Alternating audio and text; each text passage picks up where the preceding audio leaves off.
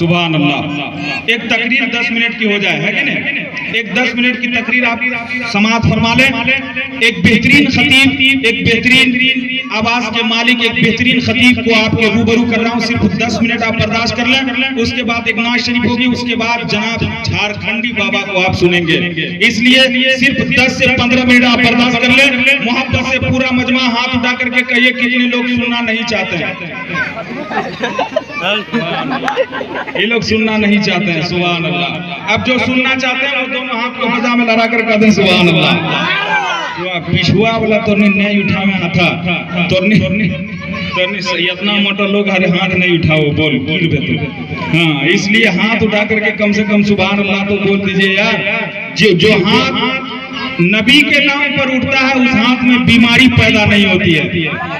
जो हाथ नबी के नाम पर उठता है उसमें बीमारी पैदा नहीं होती है। आइए आने वाले मेहमान का इस्तकबाल, जिनसे मेरी मुराद आलिम नबी फाजिल जलील मुकर्रिर बेरिसाल हजरत अल्लामा मौलाना जफर नूरानी साहब किबला मद्दजिल्लहुल आली को आपके रूबरू कर रहा हूं। 10 मिनट के खिताब के लिए आप बर्दाश्त करें। उनका इस्तकबाल मारहे तकबीर और रिसालत के साथ करें। और उसमें का बोल सुभान अल्लाह। पूरा मजमा दोनों हाथों को फिजा में डाला करके नारे का जवाब दे। आज मैं नाम नहीं पढ़ूंगा क्योंकि मेरा टाइम दे लिया है किसी और ने, है कि नहीं? आज अपने मेहमानों का मेजबानी करने के लिए खड़ा हुआ हो। आप अपनी मोहब्बत का सबूत दे। पूरा मजमा दोनों हाथों को फिजा में डाला करके नारा लगाए, नारे। अब लगा के जमुआ में नारा लग रहा है। सुभान अल्लाह। अब लगा है कि जमुआ में नारा लग रहा है। सुभान अल्लाह। नारे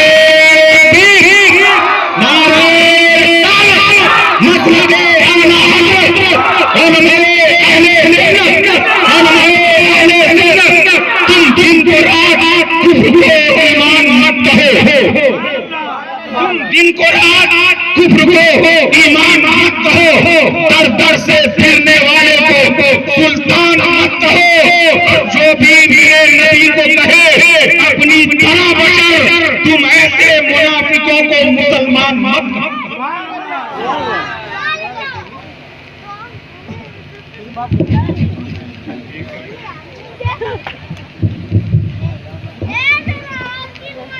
अस्सलामु अलैकुम व रहमतुल्लाहि व बरकातहू। मैं सिर्फ हाजिरी के लिए आया हूँ अपने चचा सिद्दीक हसन झारखंडी साहब किबला के साथ, क्योंकि कल धनबाद में थे। रात में उन्हीं के घर पे आराम किए और आज सुबह में आपके शहर में हाजिर हो गए।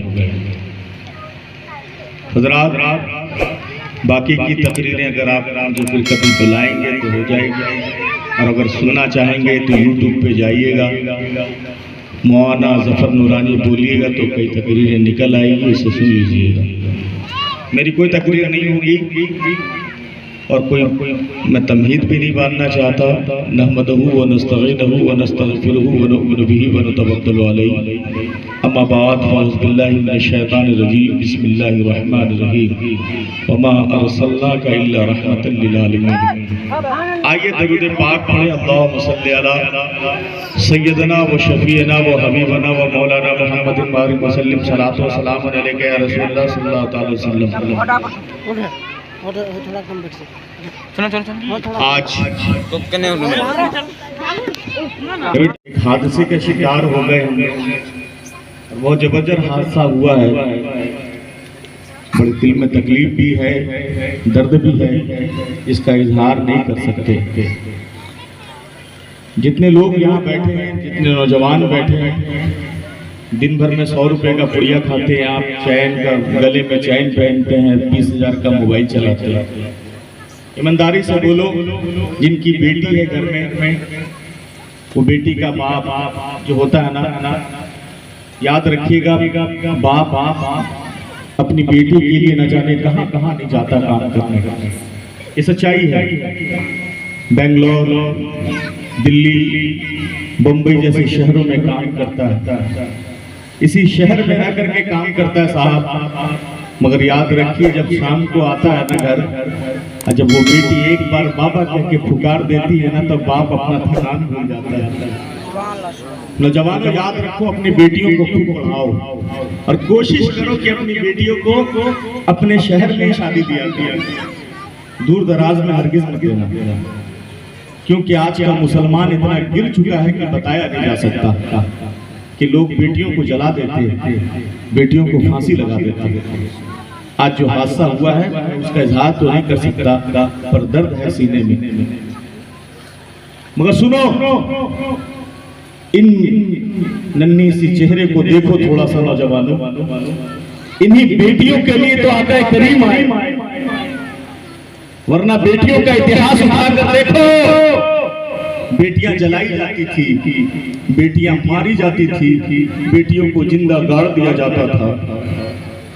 इसी शहर मक्का में कासिम नाम का एक नौजवान, उसकी बीवी हमल से थी, अपनी बीवी के करीब जाकर का सुन, अगर बेटा पैदा हुआ तो फिर वो बेटा मेरे कबीले का एक बहादुर सिपाही बनेगा, अगर बेटा पैदा हुआ तो मेरे कबीले का नाम रोशन करेगा, बेटा पैदा हुआ तो पूरे मक्का में हम मिठाई बांटेंगे, लोगों में चर्चे होंगे कि मेरे घर बेटा पैदा हुआ है। मगर अगर बेटी पैदा हो गई ना तो याद रखना, हम तुझे भी मार डालेंगे, तेरी बेटी को भी मार डालेंगे। अगर बेटी पैदा हो गई तो उसे एक दिन बच्ची को किसी हाथी के नीचे रख के कुचलवा देंगे। कहती है ना वो औरत की मैं रो पड़ी, तड़प उठी, कहने लगी कि अगर बेटा हो गया तो मेरा शोहर बड़ी इज्जत देगा, बड़ी इज्जतों से नवाजेगा, मगर बेटी पैदा हो गई तो ये मुझे भी मार देगा, मेरी एक दिन की बेटी को भी मार देगा। कहते मैं जंगल में चली गई, जब जंगल में गई ना तो फिर याद रखना, फिर वो रब की मसलिहत ऐसी हुई कि उसे बेटी पैदा हो गई। क्या हो गया? बेटी पैदा हो गई। कहते मैं अपने शोहर से डरने लगी और सोचने लगी अगर बेटी है शोहर के पास जाऊंगी तो पता नहीं मेरा शोहर मेरे साथ क्या करेगा। अपने ही घर के बगल के पड़ोसी जो अपनी फूफी के घर गई और कहने लगी फूफी मेरा शोहर बड़ा जालिम है, बड़ा जाबिर है, वो जान गया ना कि मुझे बेटी पैदा हुई है तो वो मुझे मारेगा, इस बच्ची को मार डालेगा। मैं अपनी बच्ची तेरे घर छोड़कर जाती हूँ, इसे अपने पास रखना, मैं रात के सन्नाटे में आऊंगी, आधी रात को आऊंगी, जिस वक्त शहर मक्का सो जाएगा मैं उस वक्त आऊंगी और अपनी नन्ही सी बच्ची को दूध पिलाकर चली जाऊंगी। नौजवानों तेरी गैरत कहाँ है, तेरा वकार कहाँ है? बहुत दिनों से तुमने फ्री फायर में अपना वक्त गंवाया है, तुमने पूरा के होटलों को आबाद किया है, मगर याद रखो अपनी बेटियों को खूब पढ़ाना, इतना पढ़ाना कि आने वाले मुस्तकबिल में वो आईपीएस अफसर भी बने, डॉक्टर भी बने और कौम का एक ऐसा मजहबी लीडर बने जहां बेटियां खड़ी हो जाए तो 100 बेटियों को ये लगे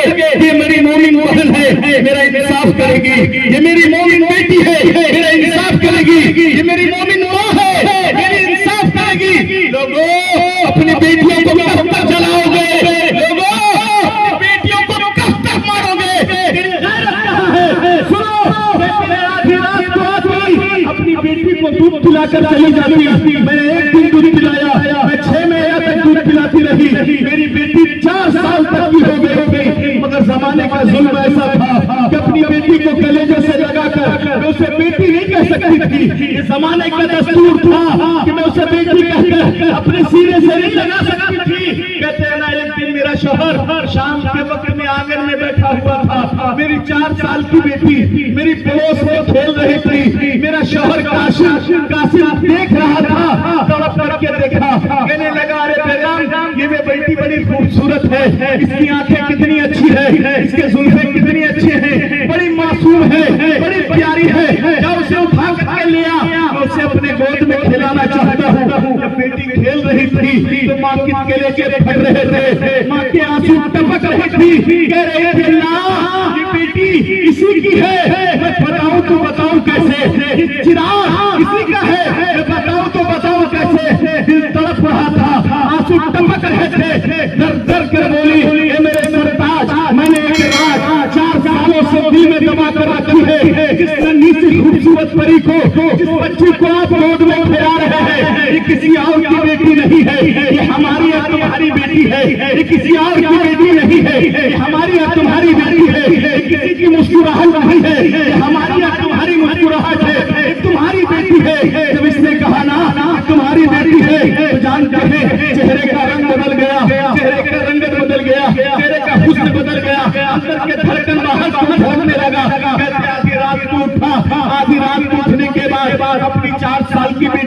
किया है, कहा बेटी चलो हम कहीं दावत खा करके आते हैं। वो 4 साल की बेटी थी जो बोलना भी ना जानती थी, मगर बाबा कह के पुकारती थी। सोचने लगी 4 साल तक मैं अपने बाबा को बाबा न कह सकी, 4 साल तक अपने बाप के केले जैसे न लग सकी, 4 साल तक अपने बाप को बाप न कह सकी।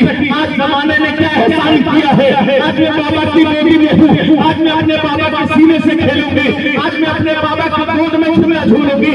बाबा कह रही थी बाबा कहाँ जा रहे हो, बाबा इतनी हम दावत खाने जा रहे हैं। एक सेहरा में पहुंचा है और बगल में एक चट्टान पे बेटी को बैठा दिया है, गड्ढा खोद रहा था। बेटी समझ रही थी आज बाबा मिला है, शायद कोई खेल है जो मेरे साथ खेल रहा है। 4 साल के बाद बेटी मिली है, शायद इसी खुशी में कि मेरे साथ आधी रात को इस जंगल सुनसान में उससे प्यार कर रहा है।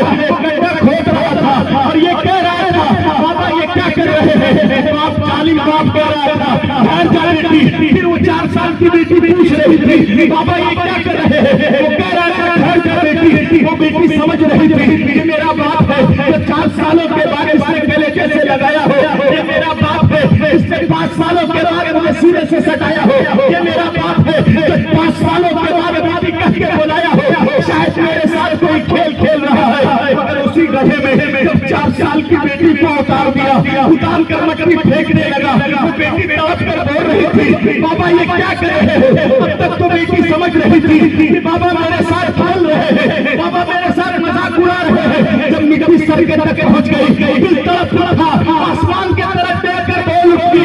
वो 4 साल की बेटी का लहरा यही था, वो 4 साल की बेटी का जुमला यही था। दिल तड़प करके बोल रही थी या अल्लाह कब तक बेटियों को जुमला जलाया जाएगा, या अल्लाह कब तक बेटियों को मारा जाएगा, या अल्लाह कब तक बेटियों को आधी रात में डाला जाएगा। तो खैर से कमाल है थी एक बेटियों सुनो, अब तुझे मारा नहीं जाएगा, अब तुझे काटा नहीं जाएगा। याद रखना 12 तारीख को 12 रबीउल शरीफ को सुबह शादी के लिए मेरा हबीब आ रहा है, बेटियों को रहमत बना कर भेजा है। लोगों आज एक बच्ची के साथ इतना बड़ा जुल्म हुआ है, याद रखना दहेज न लेना, और उन बच्चियों जो बच्चे तेरे घर आए उसे बेटी की तरह रखना।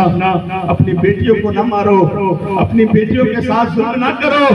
याद रखना खुदारा मरने के बाद रब के हुजूर में तुझे जाना है, क्या चेहरा लेकर के जाओगे, यही दिखाओगे। मजहब इस्लाम के लिए मेरे आका हुसैन ने अपना खानदान दिया, अपनी ज़ैनब के बेटे को दे दिया, अपने सकीना की मासूमियत दे दी। लोगों कब होश के नाखून लोगे। इसलिए लिहाजा आपसे गुजारिश है कि अपनी बेटियों को खूब पढ़ाना, आला तालीम देना, मयार देना, ताकि मजहब इस्लाम की वो शहजादी जहाँ भी रहे रोशन आबाद रहे। वाह तवाना